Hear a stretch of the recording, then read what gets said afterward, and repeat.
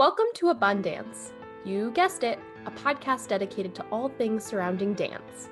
I am Kristen. And I am Hannah, and we are two best friends who are brought together by this art form. Please join us in 5, 6, 7, 8. Here's a word from our sponsor. So today we have a very special guest, a fellow Mercyhurst grad named Tanya Trombly. And we're so excited to bring her on because she has just had such an amazing career, and we hope you get to learn about how great she is today during this episode.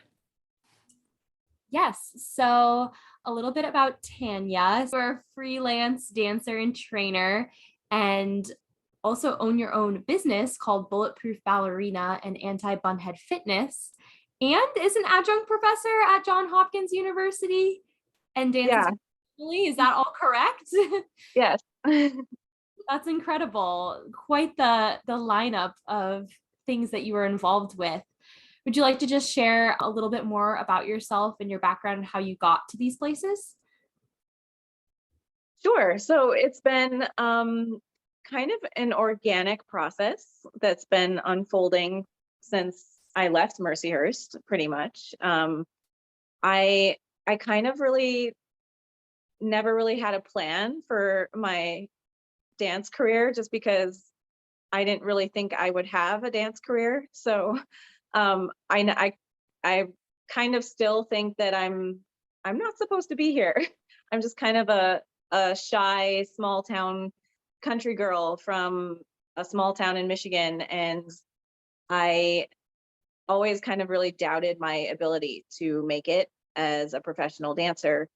So ending up here in New York as a freelancer and having been here for 15 years or so and building up a reputation through those years has landed me all these amazing opportunities that I think I've been extra open to, just because I never had that sort of set plan in place where I had to be with this company at this time in my life and this thing I had to accomplish by this point.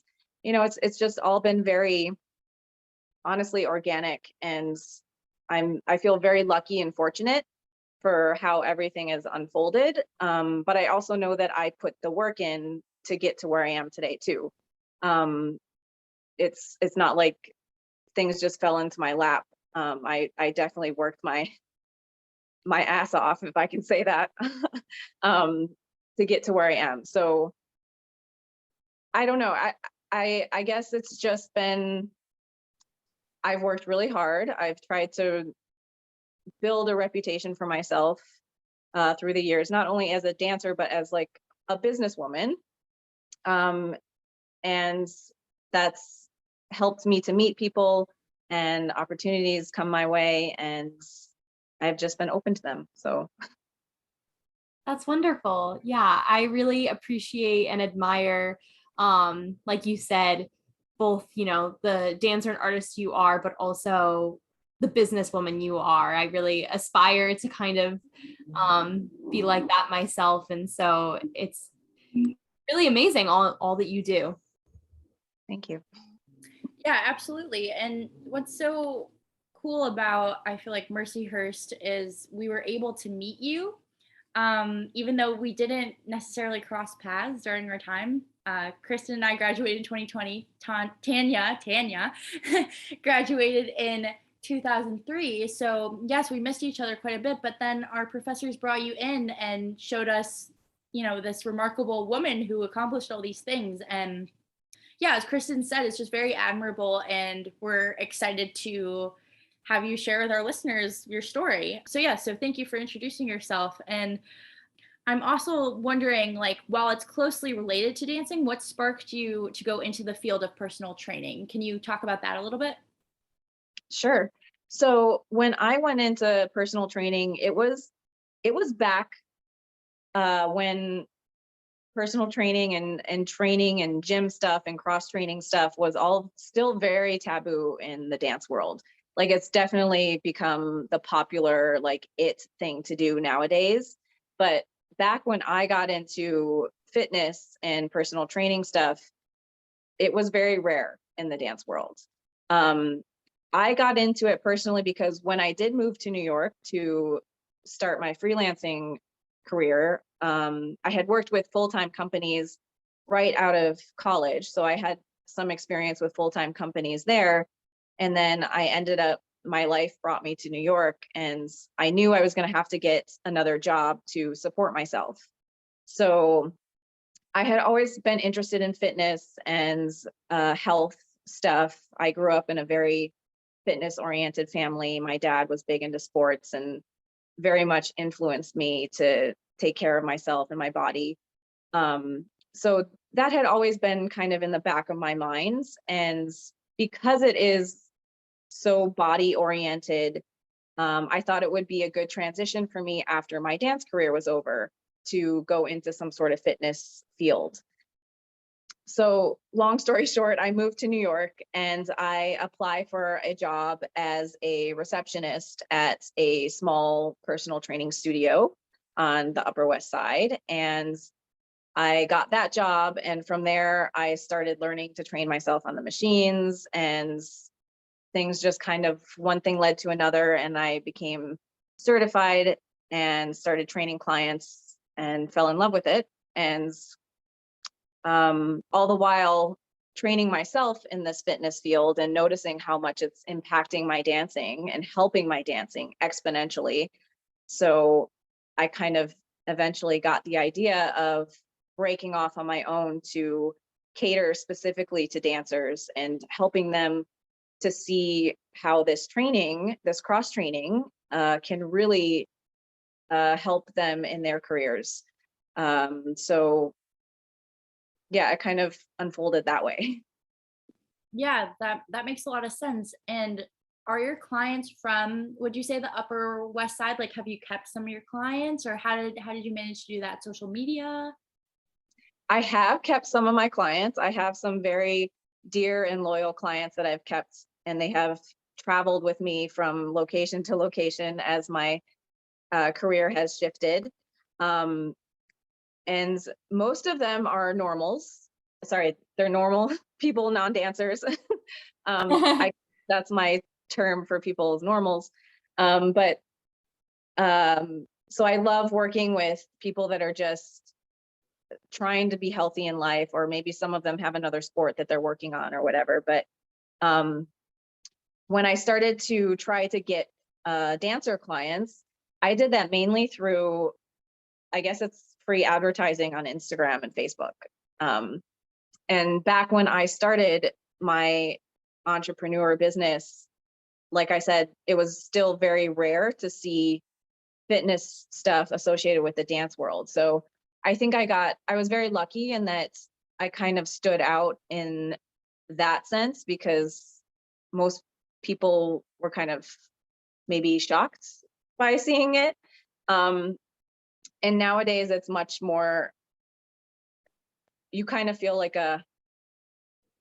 you're drowning in the sea of all the people out there trying to do the cross training thing and the fitness thing in the dance world. So it's a little tougher nowadays to get traction, I would think. But I did get a lot of clients from the free stuff I put out on Instagram and Facebook. That's great. Yeah, I'm sure things were a lot less competitive, like you were saying, when you first started out. So hopefully some of those clients have stuck around and, like you said, become just regulars that you work with. But I definitely can understand why nowadays just we hear over and over as dancers, you need to cross train, you need to be doing stuff outside of just your normal ballet or dance classes and rehearsals. So I do feel like there is just more and more out there access wise that people can kind of choose from now. But I still think that what you do seems to stand out. And I think, to me, at least personally, why what you've done or what you do stands out is a little bit because of your blog. Is that all related? I've seen you've posted things before on LinkedIn or shared things in our Mercyhurst alum kind of group we have on Facebook. So can you maybe tell us a little bit more about your blog and maybe what's on your blog, how people can access it? Sure. Yeah. So my blog is basically like my personal how-to manual for my body and my dance career. So it's basically whatever I've gone through, the difficulties I've gone through either physically with my body, and also the mental difficulties and struggles that I deal with, both in terms of my body and in my dance career and my self-confidence and all that. It's kind of, the blog details my solutions to those problems. So it's kind of a real-time Dear Diary type thing. Most of the time, my blogs will be associated with whatever I'm currently struggling with in the moment. Or maybe I've had a client come to me and say, hey, I'm dealing with this. Can you help me with this? And then I'll write a blog on that. So it's a lot of stuff about physical issues, whether it's training, fitness wise, or nutrition, or recovery, or injury prevention, or care, and also mental tools that you need as a dancer to reach peak performance. So issues covering self-confidence and body image issues, and just kind of learning how to put yourself out there and be a real artist, be vulnerable as a real artist. So my blog is really kind of just detailing my personal struggles. And I figure if I am someone who is dealing with this stuff, there's got to be at least one other dancer out there who could benefit from hearing how I overcome these issues. So that's kind of what my blog is based on. And my blog is found at my Antibunhead fitness site. So that's antibunheadfitness.com. And that's actually my first company that I started with. And Bulletproof Ballerina was born from that, just because it had a little easier ringtone to it. It was a little easier to spell. So I kind of moved my training stuff into my Bulletproof Ballerina realm. And then my Anti-Bunhead Fitness deals with my blog and a little bit more of my mental stuff. So a little bit about Anti-Bunhead Fitness, it's basically come from the fact that growing up, I tried to be this perfect little bunhead. I tried to do everything so by the book. I always gave 123% when I was dancing or doing fitness or doing anything, any kind of schoolwork or whatever. I was always trying to please everyone else but myself. And it ended up tearing me down emotionally and eventually physically. So I realized that my method of trying to be, or my goal, I guess, of trying to be this perfect little bunhead and trying to get ahead that way was not working. So I needed to find another avenue for finding my self-worth and finding success and fulfillment. Because I was actually at a point where I was going to quit dancing because I hated it so much and I was in so much pain, and I would get nauseous before taking ballet classes because I knew I was just going to hurt myself so much, both physically and emotionally, mentally tear myself down. So I was at a point where I was going to either quit dancing or I needed to change dramatically. So I changed dramatically and started doing things that were very much not bunheady things to do. Lifting weights, taking days off, learning how to surf and snowboard and have a life outside of dance. And, I expected it to steal, or I totally expected my dancing to suffer because of it, but it ended up skyrocketing my success as a dancer. So it was such a mind-blowing experience that it's like, okay, I need to document this for other dancers, because we're all trying to be as good as we can be, but we're doing it wrong. So if we want to be fulfilled by our dance careers and be happy by our dance careers, we have to go about it through this different way. Thank you so much for sharing that. We really appreciate it. Yeah, I feel like that was very vulnerable of you to share, but also so many of us go through that. And so it's almost like you're saying in your program and what you kind of stand for, it's like you're not alone. And that's something I just really appreciate about what you do. I guess I just wanted to ask you, Tanya, do you think you needed like to make a mental shift where you like, I need to stop dancing and do these other things in order to get to myself or get myself in a place where I feel confident again to dance? Or did you kind of like, did you take a break from that and do the snowboarding and the surfing and all those things? Or like, I'm wondering about the time frame, like how did that all work? That's a good question. I never stopped dancing, but I stopped training like a dancer. So I stopped taking class every day and sometimes multiple times a day. You know how it is. You think you have to do several classes a day in order to get ahead, and never take a day off or you're going to fall behind. And so I've been very fortunate in my freelance career in New York. I've never had a real dry spell where I haven't had contracts lined up. So I still kept performing during all that time, but I realized that I didn't need to take class every day. I didn't need to spend hours in the gym every day. I didn't need to do all these crazy stretches every night. I basically stopped killing myself and having that anxiety every day of being like, oh, I have to cross this off my list in order to feel like I'm accomplished for the day, in order to feel like I'm not going to fall behind. And started using my weight training workouts, my special weight training workouts to supplement dance class. And that freed up so much time for me. Instead of spending 2 hours a day taking a ballet class, I was spending 30 minutes twice a week lifting weights. So I all of a sudden had all this extra free time to do things and have a social life and explore other passions.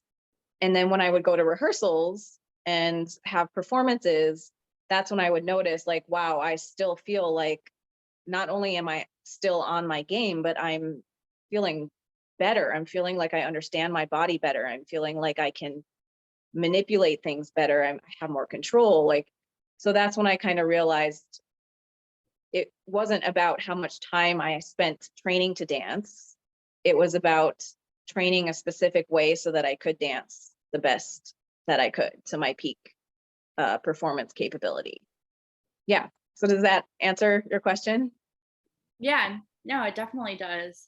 And I'm just curious too, just going off of that, like, do you have a set workout that you do or that you recommend before you do like a class or a performance now to really like get you in this new mindset that you didn't have when you were younger growing up and now maybe you do as, and this bulletproof ballerina that you are? Yeah, I have a couple, like in terms of physical stuff, like I have a couple muscle activation exercises. Like for me personally, I'm very not so mobile in my hips and in my back. So I need to learn, or I've learned through the years how to activate my mobility to its full potential, my personal full potential. And it just involves like slowly starting to activate certain muscle groups so that I can unlock the stiffness in my joints. And it's not with the intent of doing like a workout or getting a workout in. It's with the intent of warming up my body and getting it into its full range of motion. And that's something different because I always used to think like, oh, I have to get this exercise sequence in before I perform or before I do rehearsal, and that will make me feel good enough or whatever. But now it's really about listening to my body and checking in with what do I need? Like, do I need to do something that gets my my heart pumping a little bit? Do I need to do something that gets me energized a little, or do I need to do something that's more breath work and calming to calm my nerves and get oxygen flowing and work on some flexibility stuff and mobility stuff? Or do I need to activate muscles to gain control and more stability? So I guess I don't have a routine, but I have the notion of checking in with my body to see what I need pre-performance. And mentally, it's just always asking myself, what do I want to do with this performance? What do I want to accomplish? And 99% of the time, it's connection and reaching someone in the audience, or reaching the audience, as many people in the audience as possible. And for me, that always involves vulnerability and taking down my mask and my layers of protection, and being okay with making a mistake on the stage, because I am reaching beyond what I am feeling safe doing. So it's kind of reminding myself that my goal is not to have a perfect performance, but to have one that reaches people and touches people, because that's what art is. So I absolutely agree. And I think, unfortunately, at times we forget about that. But I think, like you were saying, it's just really important to be in tune with your body, because I do think sometimes, and I personally am a culprit of this, we get stuck in our routines and rituals. And I know I have like some set stretches and things I like to do before taking a ballet class or having a rehearsal. But like you were saying, just, our body needs to be attended to differently each and every day. It's constantly changing. And some days we need more recuperation. Some days we need to really challenge ourselves and push ourselves more. And it all kind of depends where you're at. And part of that being a mental component as well. Like you were saying, it's not all just physical, but also what you need mentally that day too. So I am inspired by that. And I hope to try to work on that a little bit more personally, and not just get stuck in routine too much. So thank you for that. I applaud that. I also am curious, and I feel like you did kind of already touch upon this a little bit, but in terms of the things you kind of discuss in your blog, or whether it be through your personal training, kind of the advice you give to your clients or just people out there reading your blog, do you still find it kind of challenging to practice what you preach at times, or have you been able to kind of instill your advice and what you tell others into your own life? Yes, to both of those questions. So yeah, as I said before, my blog and my Instagram are basically my self manual, my dear diary for me. So whatever I'm going through, whatever lessons I need to teach myself, whatever struggles I'm dealing with, that's basically what I'm putting down, along with the subsequent solutions to those issues.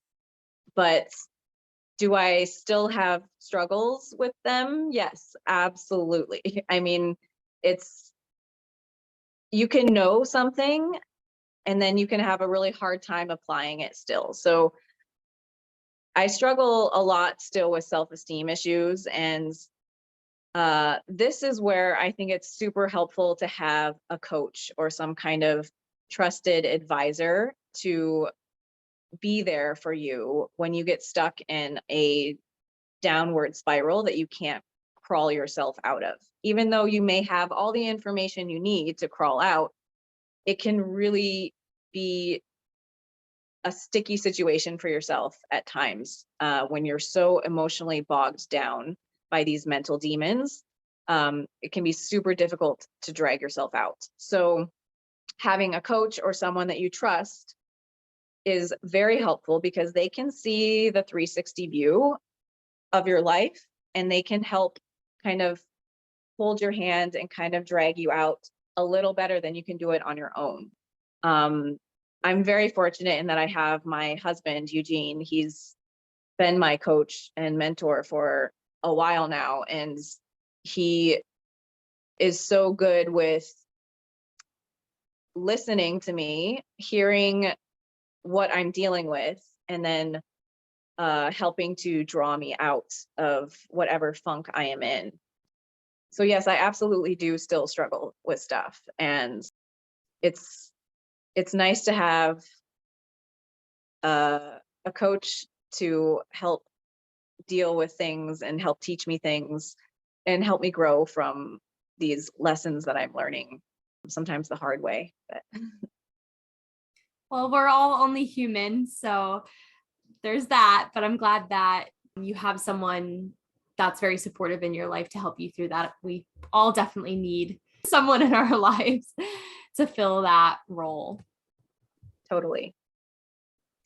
Yeah. You know, I think dancers, we pride ourselves on being self-sufficient, and a lot of us, I think, are very stubborn and don't like to ask for help for things.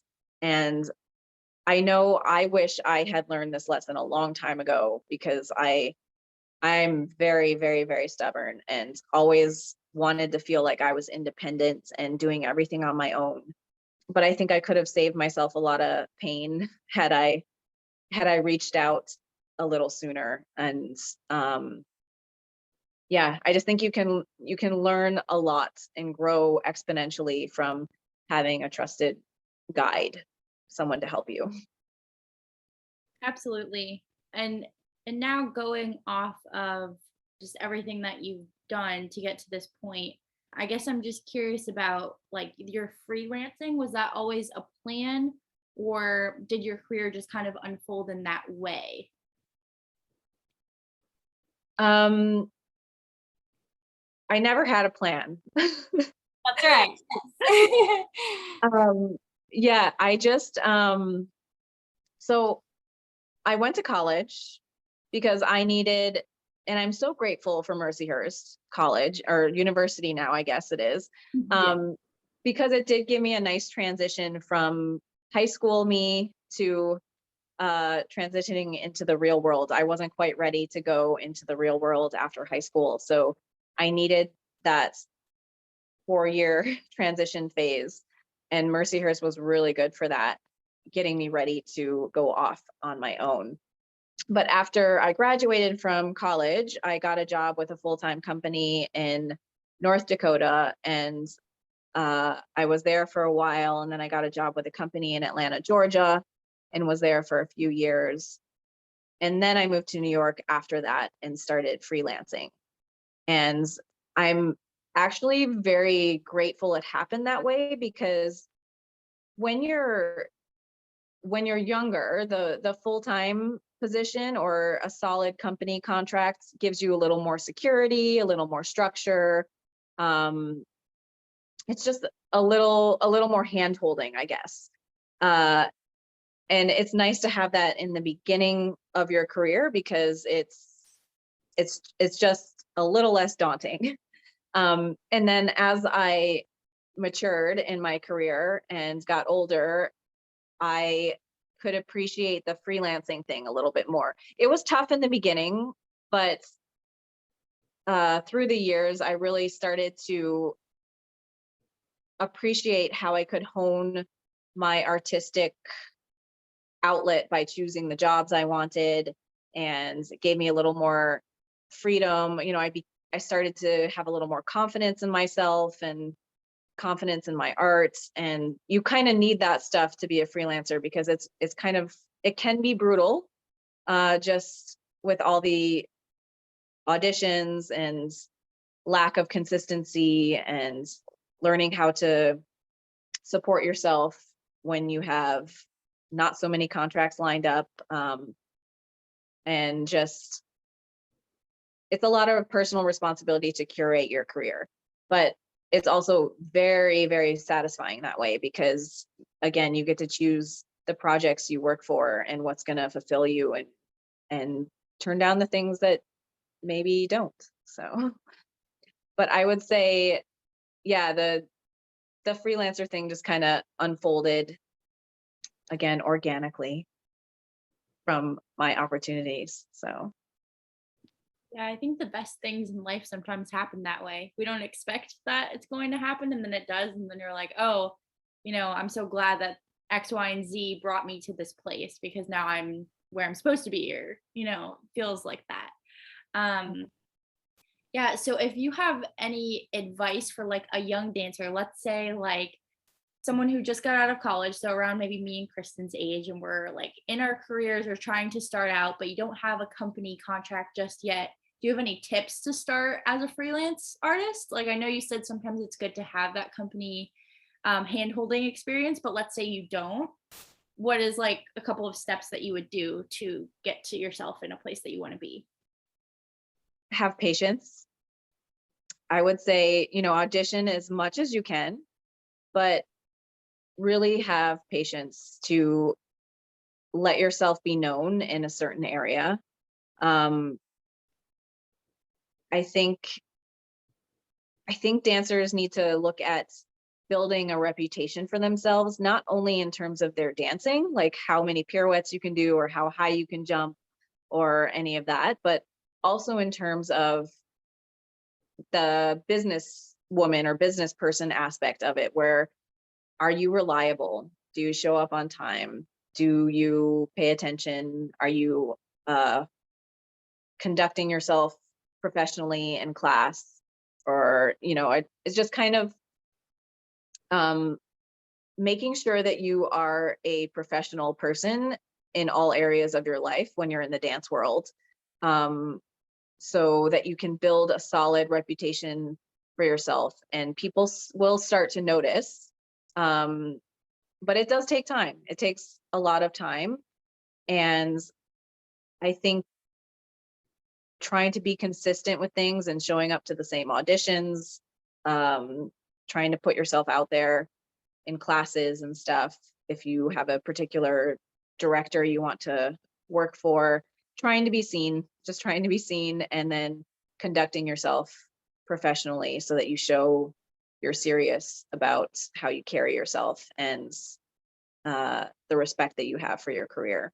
But it's hard. It's definitely daunting in the beginning, but once you give yourself that time to build something for yourself, it can be awesome too. Like right now I'm at a place where I've been here for quite a while now, for 15 years, and I have or I feel very fortunate that I have a lot of people that know me, a lot of directors and choreographers that know me and ask to work with me. And so it feels awesome at this point, but I know that I put that work in a decade ago to get to where I am today. So have patience. Yeah, it sounds very rewarding. Oh, sorry, Kristen. I feel like you have something to say. I just want to say one thing before Kristen says whatever she has to say. Do you find that networking is really important then in this scenario? Like, you obviously you're saying like you have to be a, like a reliable person and all of this, but I feel like we hear so much like you have to network, you have to put your name out there, like people have to know who you are. Is that what you found to be something that you really had to do in order to get to where you were? Like, did you have to kind of meet people and then they would recommend like, oh, I have this dancer for this project? Do you know what I'm saying?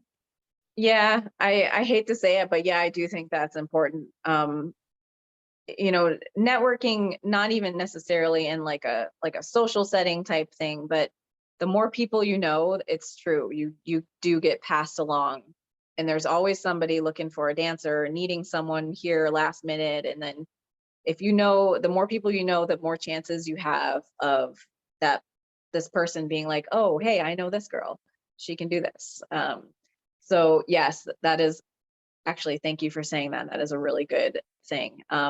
Networking terrifies me. I'm so shy. I'm so freaking shy.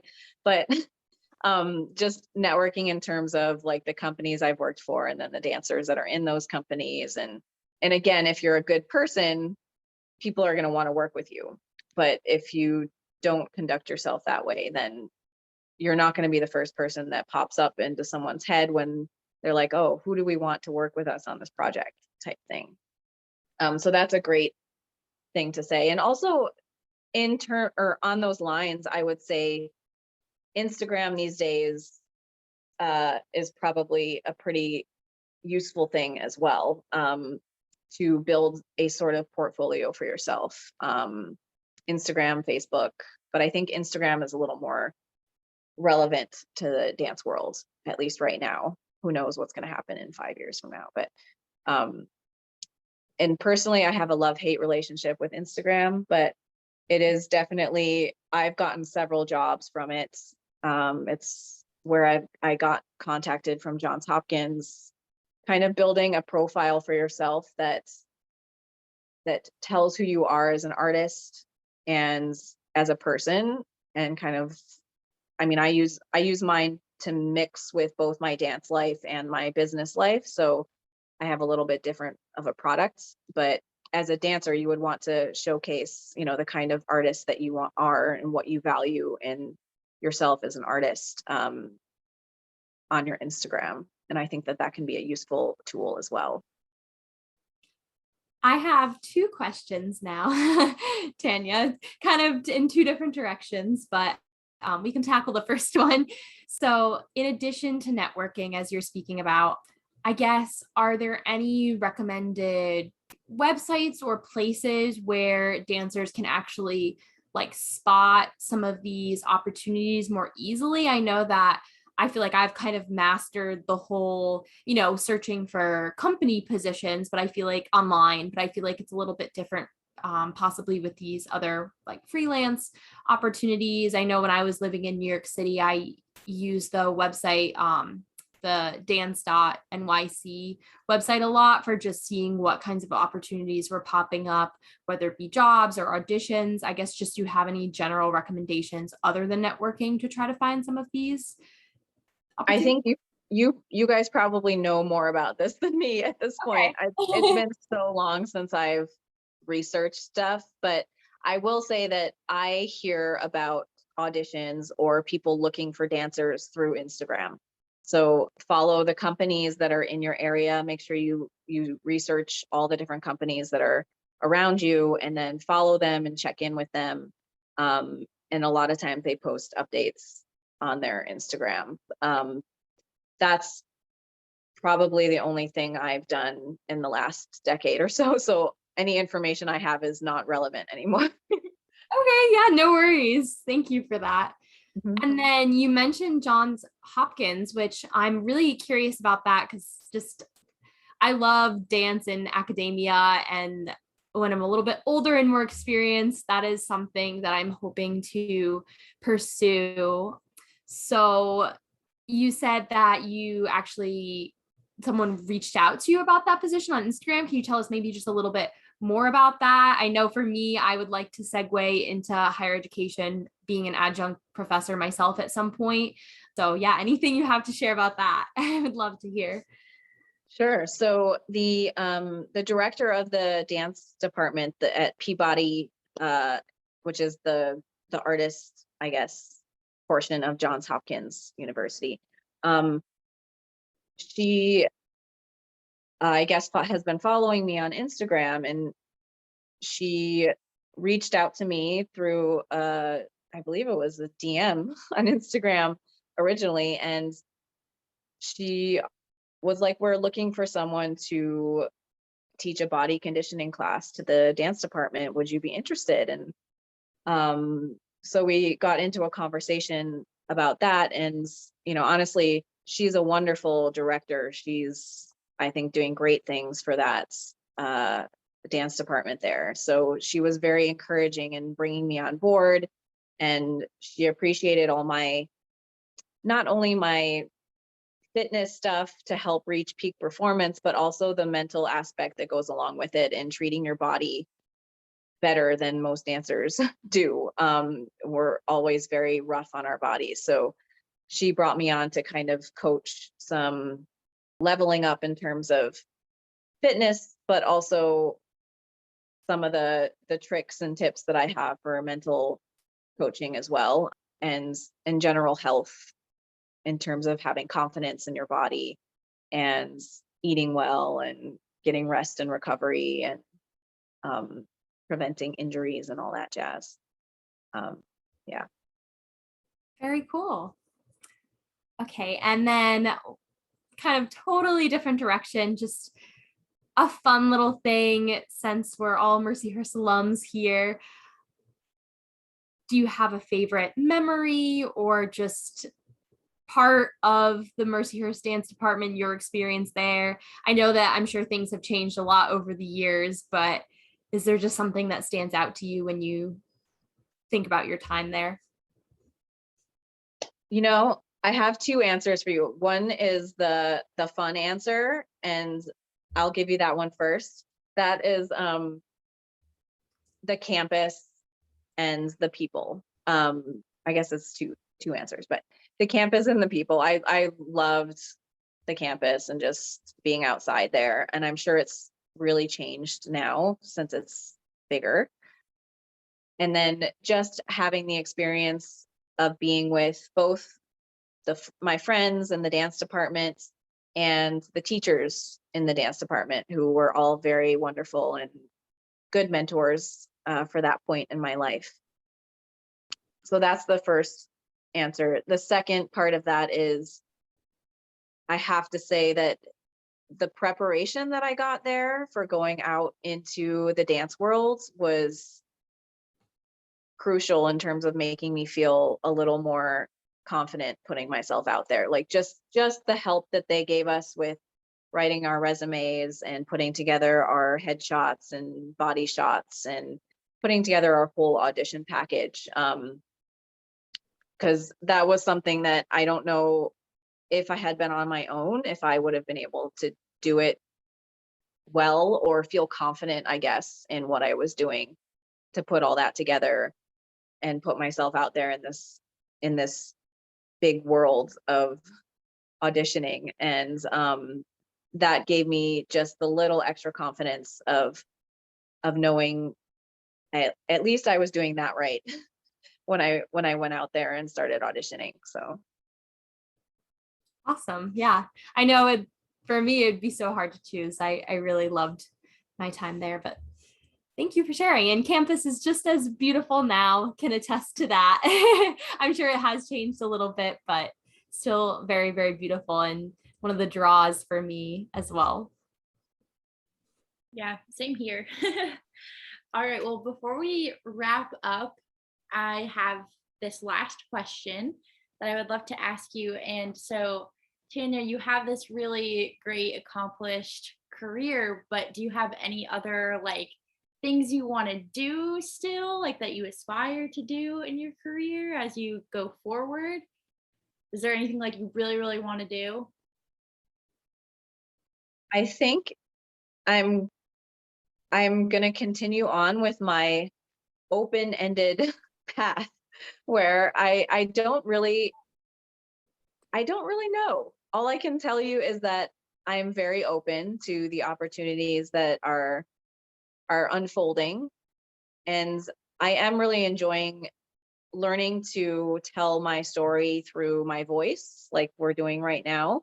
I've always been so terrified of talking in front of people, so doing something like this and doing kind of verbal talks and such are a big challenge for me, but I'm actually learning to really enjoy it. And because it's a challenge, I feel like it's something I need to work on, and it's probably my next phase.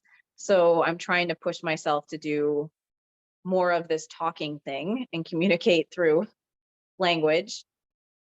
But yeah, other than that, I'm very open to what the universe brings. I'm always trying to work on myself as an artist, and my current path with that is just still trying to find more ways of being vulnerable and expressing myself and not holding back.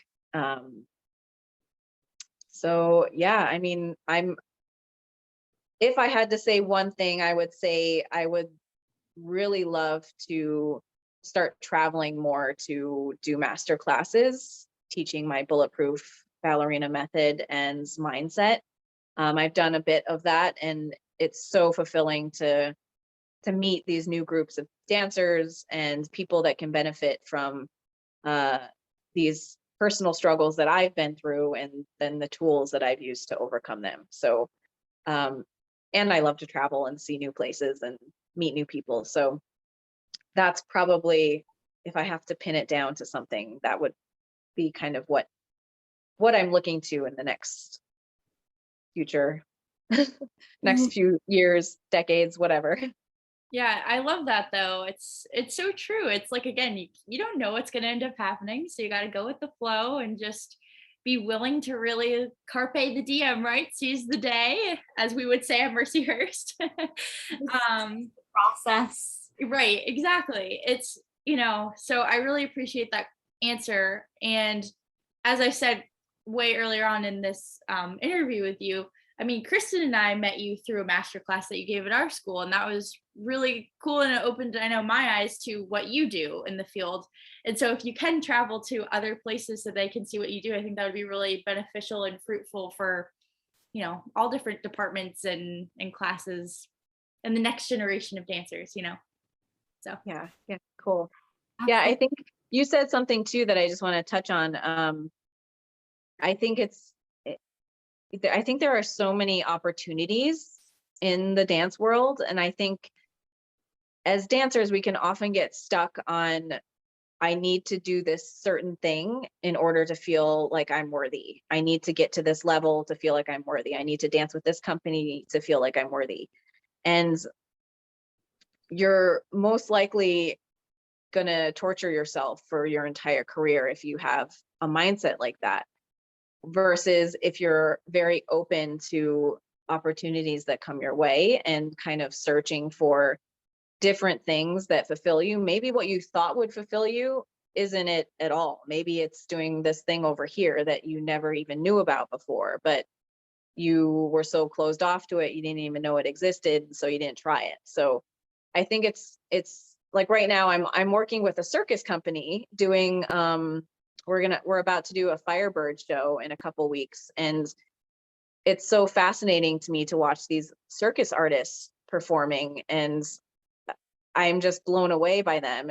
And so who knows, maybe I'll join the circus, I don't know. But yeah, it's just there's so many opportunities to perform and express yourself. So I encourage dancers to really be open to all the possibilities and not tie their self-worth to being in a particular company or at a particular level or getting a particular award or whatever. Just be open to what fulfills you. I love that. Thank you. And thank you so much too for putting yourself a little bit outside of your comfort zone to join us here today. Would have never known if you hadn't said so yourself. You seem very comfortable speaking and sharing your story. So yeah, I mean, go you, because that's we all have things that we're trying to work on. And yeah, you appear very, very confident and comfortable. But thank you just so much for today and for sharing your story with us. And hopefully many of our listeners can find you on social media and continue to follow and see all that you're doing. Yes, check her out, everyone. And thanks again, Tanya, for everything. Yes, thank you. Much. Thanks for tuning into Abundance. We appreciate your support. We hope to have PK'd your interest. Feel free to contact us at abundancepodcast5678@gmail.com and give us feedback on what you'd like to hear. That is abundance without parentheses. Go dance yourself silly. Bye for now. A special thank you to Richard DiFiore for our lovely podcast tune and Matt Mellish for our cover art.